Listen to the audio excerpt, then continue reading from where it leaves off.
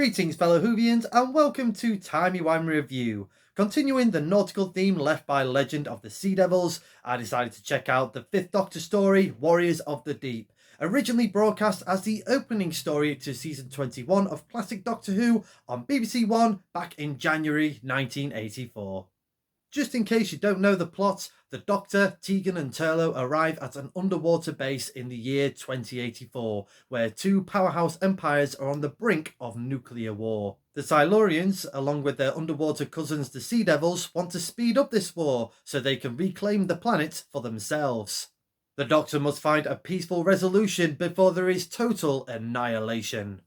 This 4-part adventure, in terms of story, tone, costume, special effects, lighting, you name it, it's just all over the place. But I'm quite a positive guy myself, so let's try and find some good bits from Warriors of the Deep. I'm going to start off with the incidental music. I thought that was really good. Really liked the incidental scoring by Jonathan Gibbs. It just gave it this really creepy atmosphere to this underwater base. I just have the tune just going over and over again since I've last watched this story. And also the miniature effects to show the underwater base is to a really good standard. And also the Silurian ship that they used as well. Yeah, really impressed with that one, to be honest. For 80s Who, I thought it was really good. I also like the new look of the Sea Devils in this story.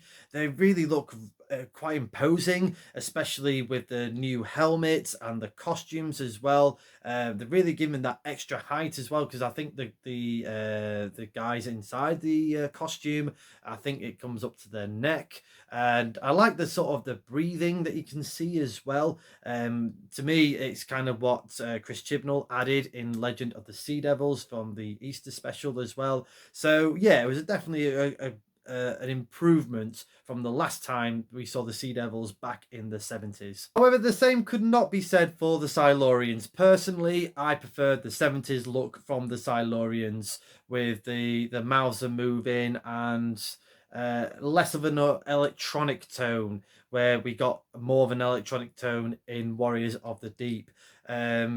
Compare that to the Sea Devils with their voices. Theirs looked, theirs was really good with the sort of like the whispering voice. I appreciate that more with the electronic voice given to the Silurians. I think it was a bit of sort of overkill on electronic voices, and especially with the lights on their head. That's kind of like how you sort of differentiate between the two that are talking, or three that are talking, because they can't move their mouths as much.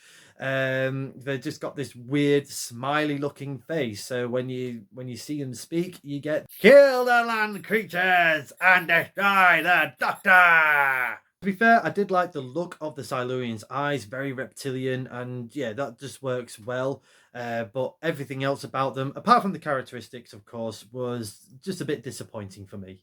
Let's address the elephant in the room, shall we? Or shall I say the Merker in the room? Because yes, the Merker, the big monster in Warriors of the Deep, is just awful.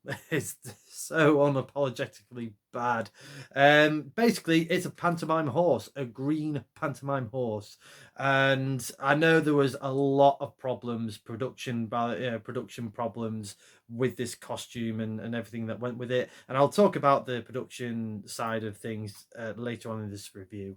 But yeah, this this pantomime monster that can slowly plod along the set and attack humans with his tiny hands, and I think just to make things easier, I think the Merker can just send out electrocuting bolts or something, because if you touch it, it kills you when it goes rah.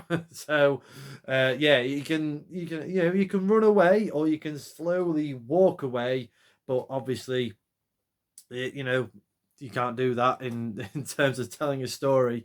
But yeah, those deaths were pretty bad. The worst death had to be from Ingrid Pitt as one of the science officers on the sea base. And poor Ingrid Pitt, she is an absolute horror legend.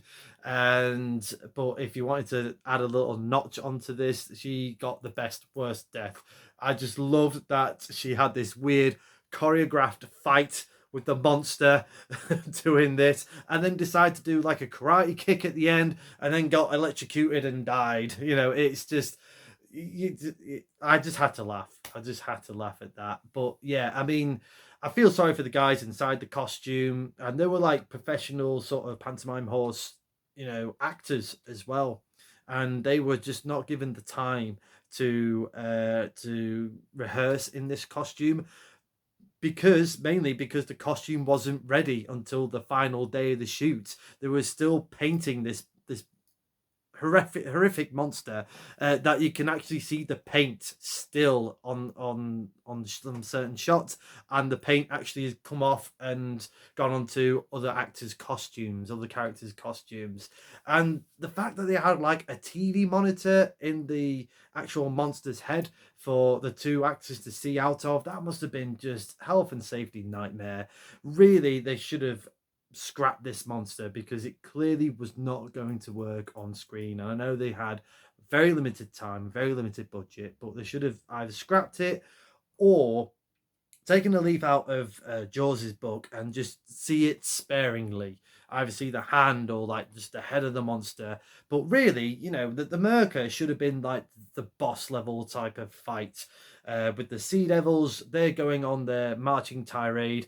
Very sort of old style, considering it's set in 2084. Very old style sort of warfare tactics, where you have like a line of humans and a line of Sea Devils all just marching closer to each other, bit like sort of like old sort of Civil War, sort of like reloading the guns and shooting and just marching along. And really, the Merker should have been used to even the score.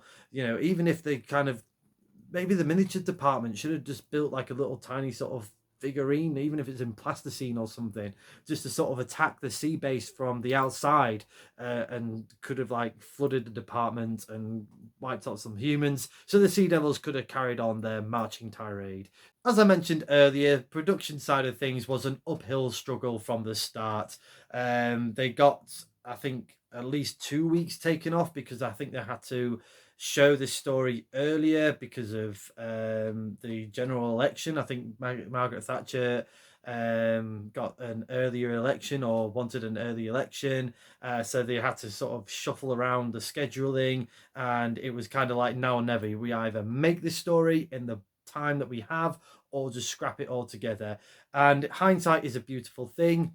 And I think John Nathan Turner, to be fair, was in a rock and a hard place. You got on paper, you got the returning Silurians and Sea Devils. This should have been your big opener, but really, it should have had more time to perfect this story. And I think, if he saw the end product now, he definitely would have scrapped it.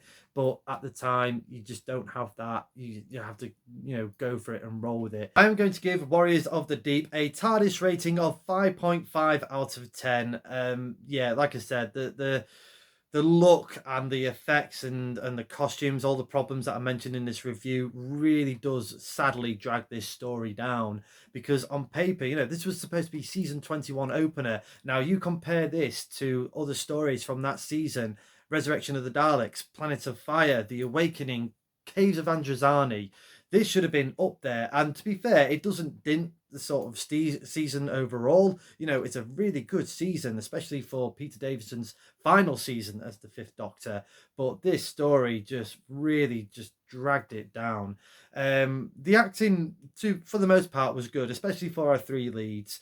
I thought poor Janet Fielding was a bit more of the damsel in distress in this story. Really like Mark Strickson as Turlo in this story. I love that he just gives this sort of alien, because he is an alien. He gives this sort of alien-esque performance. He is going to view things differently to Tegan, who is a human.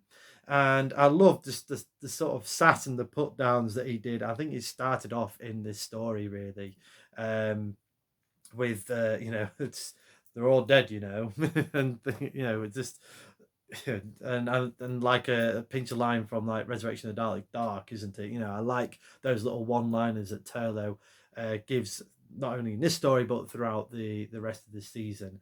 But I think the one that really sort of dragged this story along is the in a good way, is Peter Davison as the Fifth Doctor, especially towards the end of episode 4, because this really just ties in with the Doctor's story arc, especially the Fifth Doctor's story arc of just trying to do the best but ultimately failing. And this one is an ultimate fail.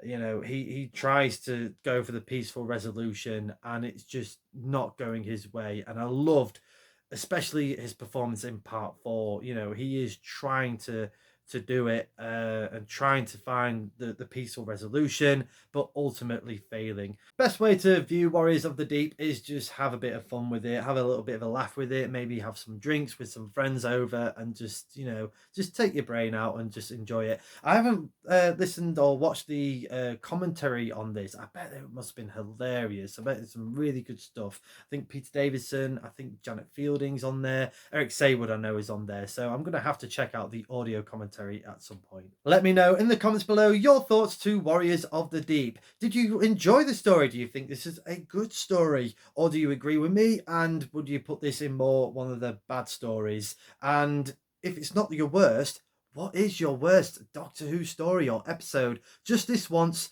I'm more of a positive one. We do like to know what our favourite stories are in different eras of Doctor Who. But just this once, what is your worst Doctor Who story or episode from all eras of Doctor Who? Next time on Timey Wimey Review, I will be reviewing the 9th Doctor episode, The Long Game. Until then, thank you very much for watching. I hope you've enjoyed this review. Please like the video, share the video, subscribe to the channel, and hit that cloister bell for more notifications. But as the good Doctor once said, there should have been another way.